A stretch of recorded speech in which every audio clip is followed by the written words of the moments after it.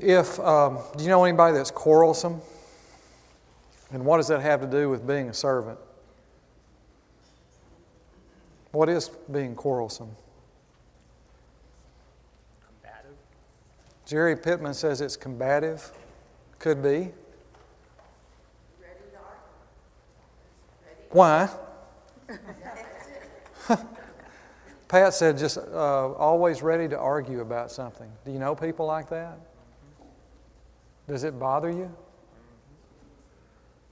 Can you be a servant and be like that? I can't take my bucket of fried chicken to someone who needs the food and toss it in the door and say, here's your chicken. I haven't accomplished anything then, or have I? My attitude was bad. Might as well not have done it. I don't know. Yeah, the chicken still is good, assuming it didn't all spill out of the bucket when I threw it in the door. Somebody comes to you and they say, I've got a project for you, and you're going to need 3 helpers to get this project done.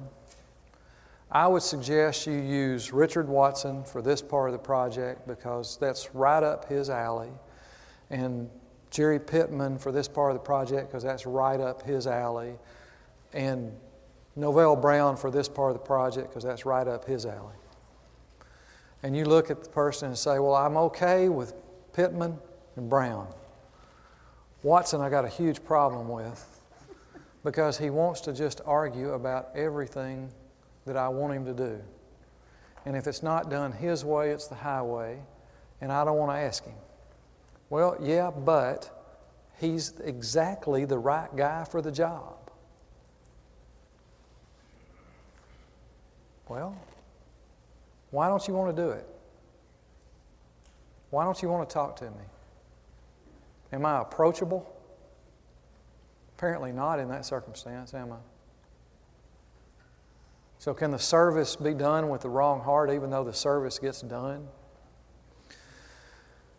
Is being quarrelsome the same thing as not being humble? We know what humility is fairly well, do we not? Is one synonymous with the other, perhaps? Lack of humility synonymous with being quarrelsome? That's what we're talking about tonight. Being able to serve without being quarrelsome and being able to do it with all humility. Where have we gone as we've started each particular class kind of as a scripture that we hang our hats on that's the theme for the class? Matthew chapter 20, verse 28, right? Oh, and I was supposed to ask you because I've asked each week. Fill in the blank. Service is about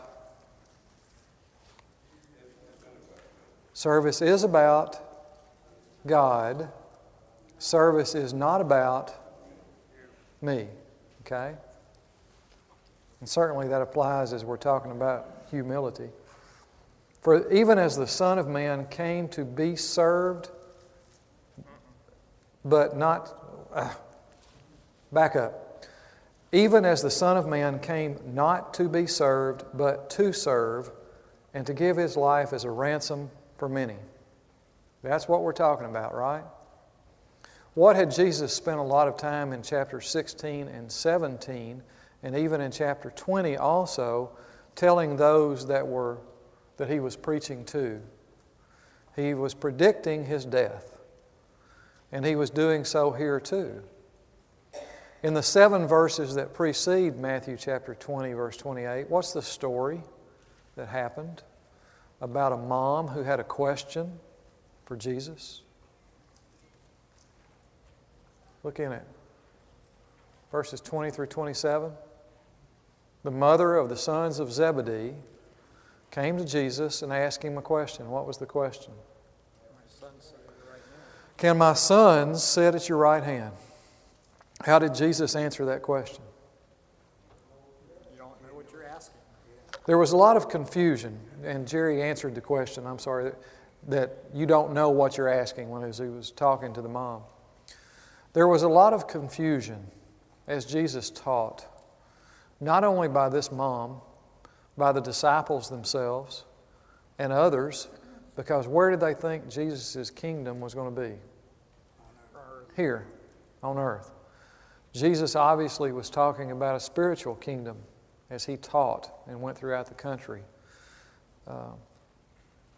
with all the mass of people that was following him. His plane was much higher than what their plane was. What does this tell you about this particular mom's thought process regarding the serving of Jesus? Or the serving with Jesus? What was her attitude about it? Was it one of humility? There is a term that we use today to describe our elected officials. We call them public servants. How much serving? Chuck, I don't want to expand on whatever it was you were about to say. How much serving is actually done? And I guess probably in this day and age we greet everything with more skepticism than perhaps we should. And we all kind of have a negative connotation when it comes to our elected congressmen and senators and so on and so forth. But it seems many times as if those who are doing the serving are doing so for what motivation? Self, power, however you want to look at it. Self-serving. A self-serving motivation. And some of this from their own mouths as they tell you, listen, I'm a politician. This is what I do. Is that the attitude that Jesus served with? And just because someone is called a public servant, are they truly serving with all humility and without being quarrelsome? Bad attitude's all about me. A good attitude's all about God, correct? Turn to Proverbs, please, chapter 4. Proverbs chapter 4.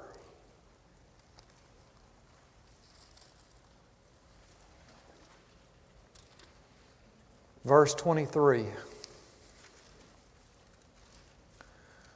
Keep your heart with all vigilance, for from it flow the springs of life.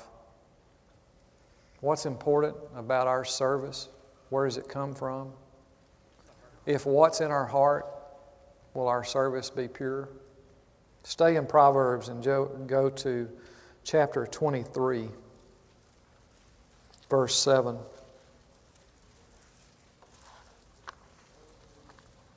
Proverbs 23, 7. For he is like one who is inwardly calculating, eat and drink, he says to you, but his heart is not with you. It does matter where our heart is when we provide our service. And no one enjoys being served by someone who is reminding you constantly that they're doing you a favor. It does get old, does it not? And if that's the way we are serving, then I'm going to submit to you that we are absolutely, positively wrong in how we do it. Nobody wants to be told how much of a favor that they're getting whenever it is that we try to help with whatever it is that we're trying to do for them. 2 Timothy chapter 2. The instruction here is to Timothy. Timothy as a young preacher. If we are looking for someone who is truly a servant, do many times we think about our minister, our preacher? How many times do we think of our preacher, our minister, as being someone who should be at our beck and call 24/7? When something happens and we need a spiritual shoulder to lean on, how many times do we think about calling the preacher? And I think we do a lot. I see Jackie shaking her head that maybe she doesn't. But I think back to when my dad passed away. And at that particular moment in time, because it was a long, drawn-out process, we didn't have a minister. We didn't have a regular pulpit preacher. I was kind of lost. The elders came by, as they should have, and they did a great job. But elders are like a lot of other people. Many of them have jobs on a daily basis. And they don't have time every single day to come by, visit, say a few words. Preachers do. That's what they do. And sometimes we take that for granted, don't we? And expect them to be at our beck and call. Paul is talking to Timothy as a young preacher, as a servant, but certainly the words apply to us as well. Have nothing to do with foolish, ignorant controversies. You know that they breed quarrels. And the Lord's servant, and is he talking to Timothy here, the Lord's preacher, the Lord's minister, must not be quarrelsome, but kind to everyone, able to teach, patiently enduring evil. Say that you can put up with Watson being quarrelsome from time to time because you know that's just how he is. And we got to overlook it. Everybody has a cross to bear. And deep inside, he's really a good guy, so we'll just forget about it. Will you put up with it from your preacher? Are you going to listen to the preacher on a weekly basis if he's a quarrelsome, argumentative, non-humble person? You're going to think something different about it, aren't you? But who's Paul talking to? Not just Timothy the preacher, every Christian, because we're all ministers, are we not? Every single one of us.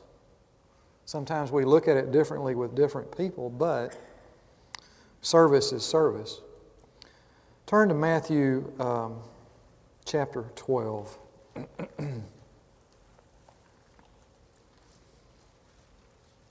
going to start in verse 15.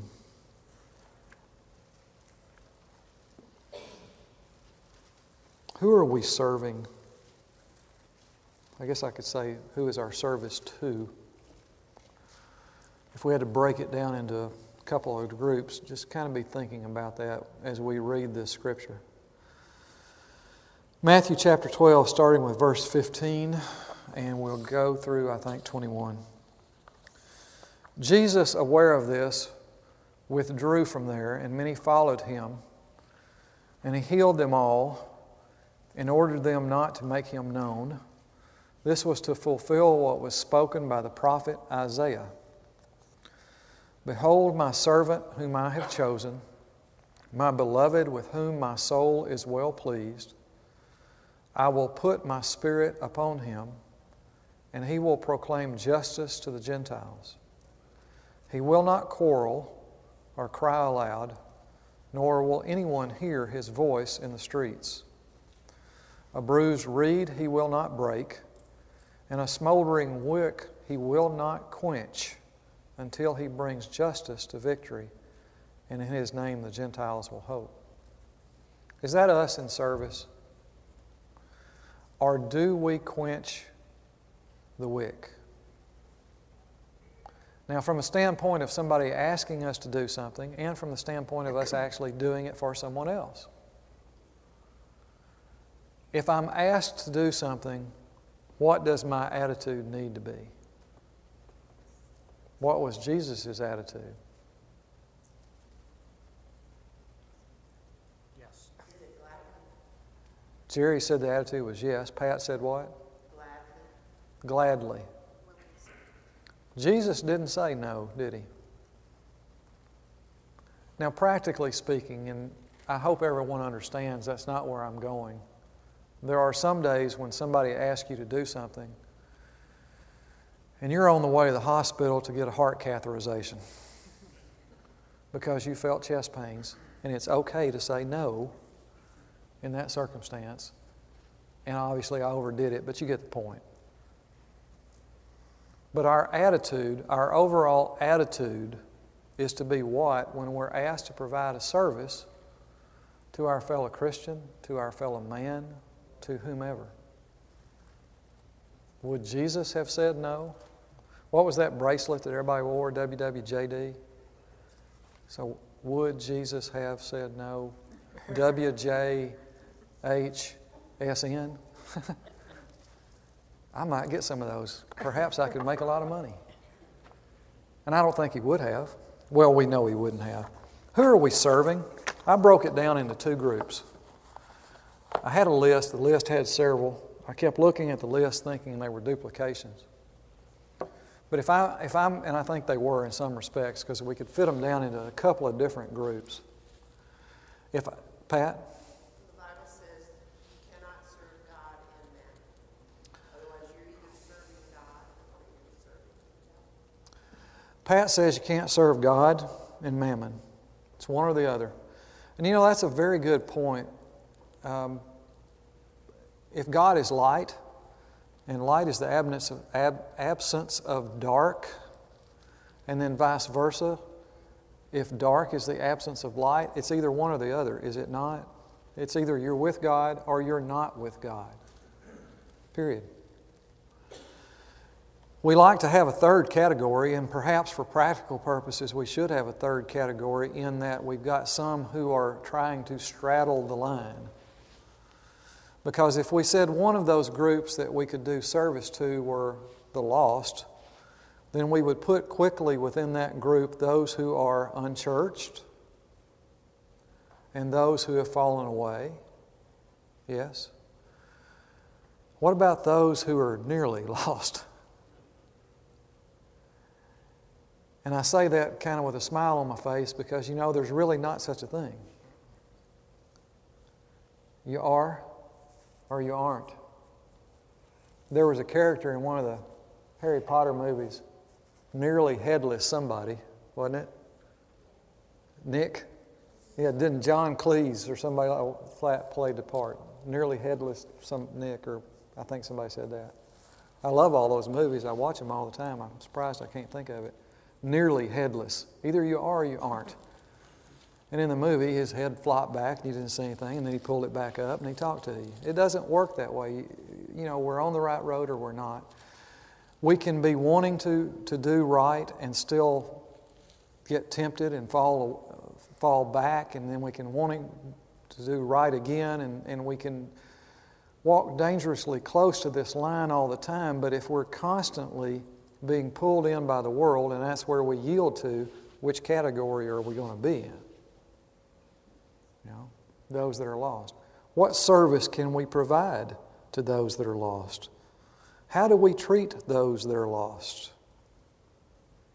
Anybody think of a parable that has to do with the lost? Perhaps a parable that might show up in, shall we say, Luke? Perhaps a parable that might show up in, shall we say, Luke chapter 15? Perhaps if we went to the 4th verse of Luke chapter 15, might there be a parable that we could think of that had something to do with the lost? Somebody blurt it out. Thank you, the lost sheep. Jerry, you're way ahead of the game because that one comes next. How did the shepherd treat the lost sheep? How many did he have? That one was more important than all the rest. Jerry Pittman said the one was more important than all the rest. How many did he have? He had 100.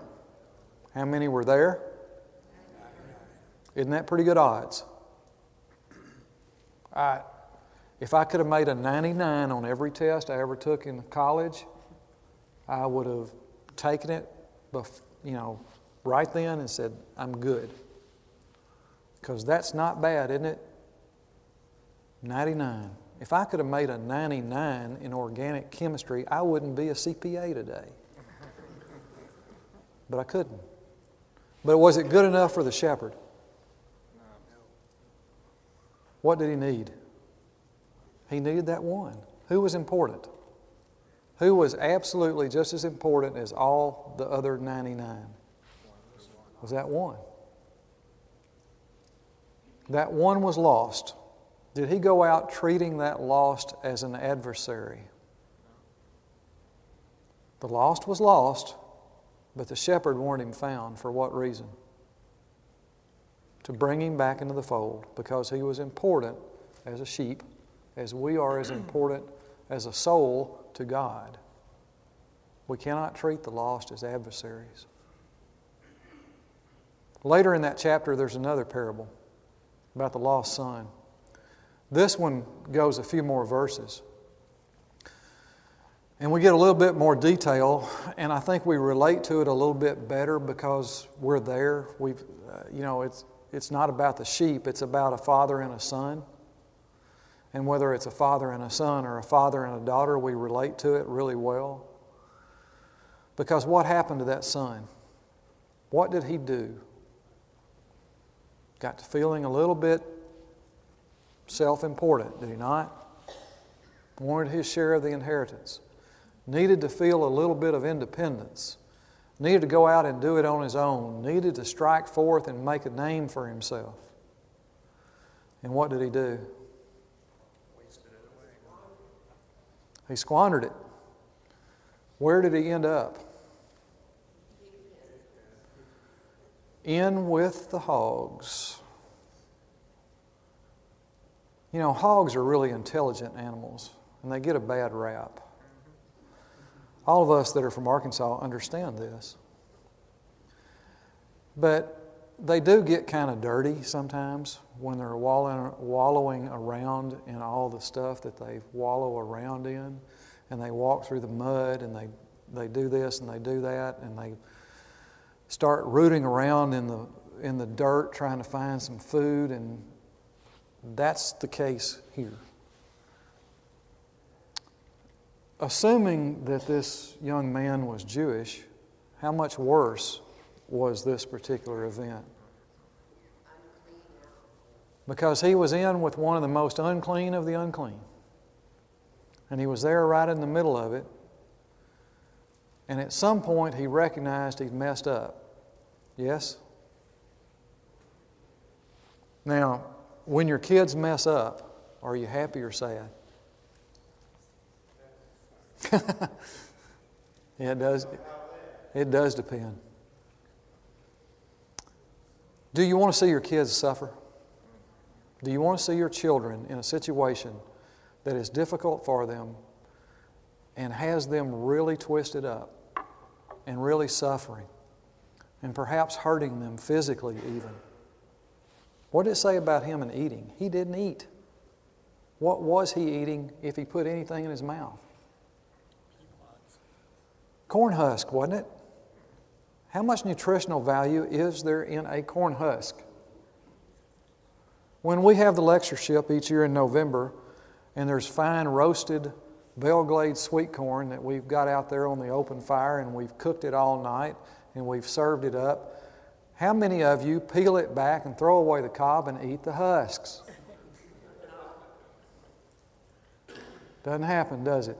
And that's what he was interested in. That's how bad things had gotten for him. And at some point he woke up and he decided, I'm going to go home. How many of you as dads would have looked down the road and said, I told you so? Unfortunately, I might be one of those. Man, I hope not. I hope I wouldn't. But it's happened before, hasn't it? What did the father do, though? He saw him coming from afar off, did he not? What else does that parable indicate to us? He was looking for him. He saw him from afar off. He went and greeted him. He ran to him. The son came home. He acknowledged that he had done wrong. And he brought him back into the fold. Because why? Because he was important to him. He loved him. How do we provide a service to those who are lost? We treat them as important souls. And then to those who are hurting, we have a family prayer every Wednesday night, and we talk about people who have different issues, health issues, financial issues, marital issues, tragedies in their lives, all kinds of things. Why do we pray for those people? Because those people have asked for some help, or we've asked on their behalf, as we try to provide a service to them through prayer to God. How many people do we have that turn in a blue card every Wednesday night? Do you know? Have you ever stopped and counted? Is it 1 or 2? Is it more than 5? Is it more than 10? Usually it's between 15 and 20. And that's just based on my experience doing the family prayer. Because I do count. I just kind of leaf through them and just kind of make a mental note as to how many people turned in a blue card. What does that tell you about the power of prayer, and what does it tell you about how we should be serving our fellow members of the church and the people that our members of our church ask us to pray for that are not of the Lord's church? Do we see that as service? Sure we do. Can we do that if we're a quarrelsome person or if we lack humility? If someone sees us in the community, at our job, we've talked about letting our light shine, and they come up to us and they say, I know that you are a quarrelsome person, that you really lack humility, but I understand that you're a member at the Palm Beach Lakes Church of Christ and they have prayers on Wednesday night for people. Could you turn my name in? Is that likely going to happen? Never. Because likely they're never going to even know that you are a member at the Palm Beach Lakes Church of Christ. Go to Psalm chapter 142. It's not a long psalm.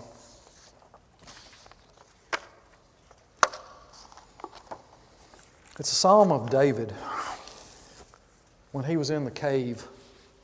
It's a prayer. There are 2 instances in which David was referenced as being in caves. They're both in 1 Samuel. They start in the 22nd chapter and they run through the 24th chapter. The first one is not all that familiar. The second one, well, I say it's not all that familiar. It's not the story, I guess, I think of first when I think about David in a cave. Because the story that I think of first about David in the caves was when he was on the run from Saul. He was on one side of the mountain, Saul was on the other side of the mountain. Saul was just about to catch up with him. They came and got Saul and they said, hey, we need you back on the battlefront because there's a problem with the Philistines. And Saul had to break off the chase and go deal with the Philistines. David stayed in the caves. And because, and I'm bad about this, I don't know if you are, but I'll read verse 22 and it'll talk about Saul being taken away to go back and deal with the Philistines. And then 2 verses later in verse 26, he's back. Well, so I'm thinking because I only went 2 verses that it happened just like that. It didn't, did it? Saul had to go deal with the Philistines. Then Saul came back to regroup and hunt for David. So David spent a considerable amount of time in this cave.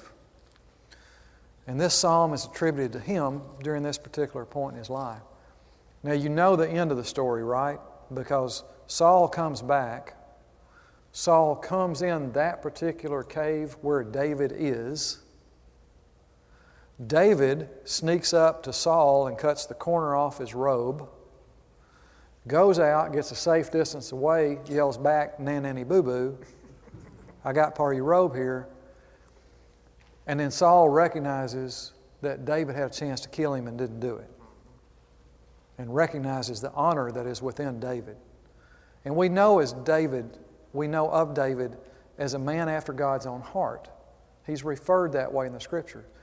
David wrote tons of psalms. We don't think of David as being David Downer. Look at 142.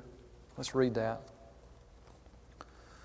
With my voice I cry out. Oh, I'm sorry. I don't have much voice tonight. I apologize. With my voice I cry out to the Lord. With my voice I plead for mercy to the Lord. I pour out my complaint before Him. I tell my trouble before Him. When my spirit faints within me, you know my way. In the path where I walk, they have hidden a trap for me. Look to the right and see. There is none who takes notice of me. No refuge remains to me. No one cares for my soul. I cry to you, O Lord. I say, you are my refuge, my portion in the land of the living. Attend to my cry, for I am brought very low. Deliver me from my persecutors, for they are too strong for me. Bring me out of prison that I may give thanks to your name. The righteous will surround me, for you deal bountifully with me. How many times do we feel like that? Lost, alone. And we need our Christian brothers and sisters to help us. This works both ways. If you're going to be a servant, you got to understand what the need is for a servant. I had an aunt one time that says, you want to have a friend? Be a friend. How many times have we heard that? You want a servant to help you? You got to be a servant. I think that's kind of a universal truth, isn't it? Staying in Proverbs. Now, wait a minute. How much time have I got? Sorry? 9? Okay. Stay in Proverbs and go to chapter 3. I'm sorry, stay in Proverbs. We weren't there, were we? Pretty close. Yeah, Proverbs 3, 5 through 7.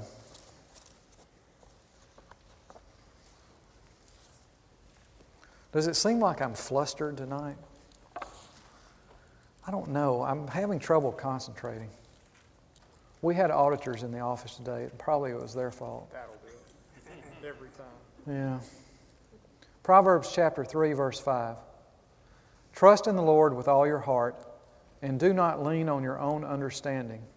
In all your ways acknowledge Him, and He will make straight your paths. Be not wise in your own eyes. Fear the Lord, and turn away from evil. If we lack humility, who's the wisest person that we know? God. No, I said if we lack humility, then who would be the wisest person that we know? It'd be us, wouldn't it? If we don't have that humble nature, if we don't have humility, we're looking inside to see God. If we're looking inside to see God, we're moral relativists. If we're God, God's not much if we're depending on ourselves. And that's really where that lack of humility comes from so many times. I was trying to think of an example of someone who showed a lack of humility as well as later an abundance of humility. You may have better ones, and I'm not sure I like this one completely, but it partially gets me there. What about the story of Joseph? We think of Joseph and all the great things he did in Egypt, second only to Pharaoh, right? How did he get there? What did he do that got him to Egypt to begin with? Well, part of it, he was telling the dreams that God was putting in his mind. To whom? Elevated, he was telling to his brother. Okay, Pat. Elevating himself. Pat says he was talking about dreams. The first set of dreams he was talking about had to do with him and his brothers, right? Now, how do you think Joseph was seen within the family, first of all? We've got evidence that he was a little bit of a favorite son. And he may have, like perhaps is the case with some families full of brothers, he may have played that card a bit too much.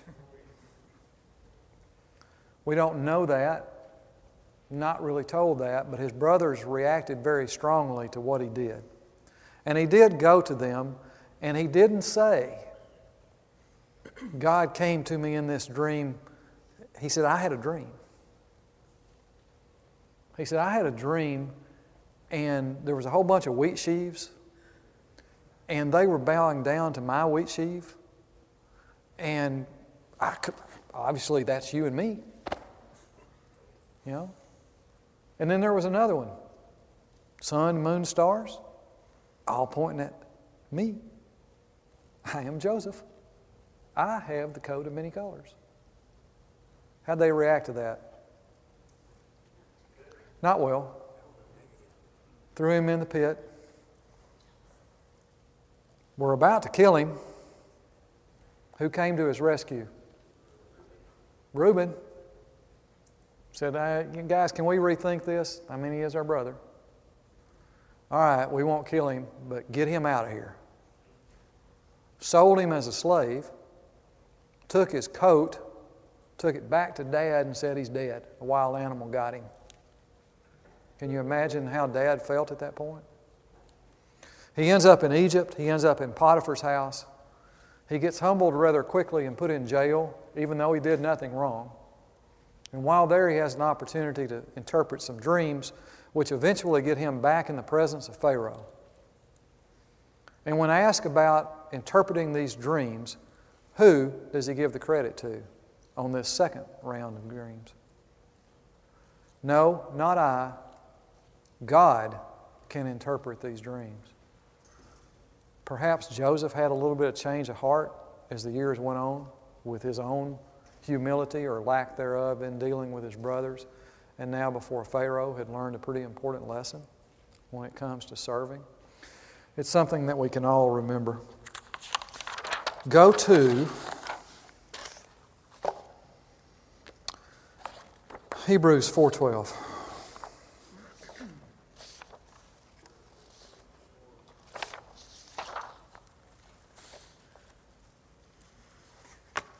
Back to the heart.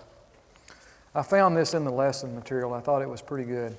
The humble servant will stand behind the cross. The humble servant will stand under the Word. Isn't that a good way of looking at it? Behind the cross and under the Word. It's covering us up, however we look at it. Hebrews chapter 4, verse 12. For the Word of God is living and active. It's sharper than any two-edged sword, piercing to the division of soul and of spirit, of joints and of marrow, and discerning the thoughts and intentions of the heart. Once again, we're back to the heart. If we're going to be a humble servant, it all starts in our heart.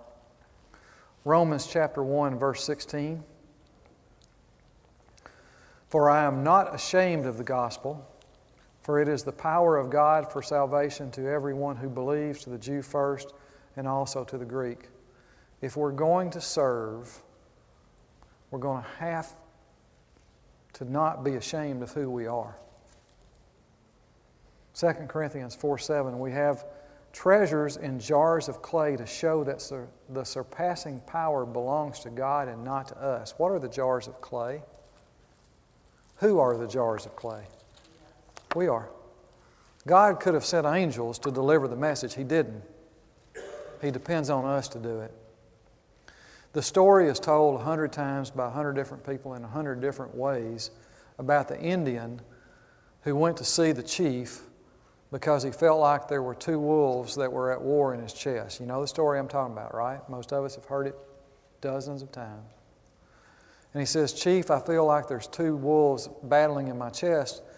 There is a prideful and arrogant wolf, and there is a humble and serving wolf, and they're constantly fighting each other. And I just don't know what's going to happen. I feel like the arrogant and prideful wolf is going to win. And the chief says, well, son, feed the good wolf. It ought to be that simple, right? How many times a day do we feed ourselves? With a meal, physical food. We got to eat a minimum 3, right? Sometimes I eat more. Why? Can I make it from 7A to 10P if I don't? My goodness, I would be crawling on the floor.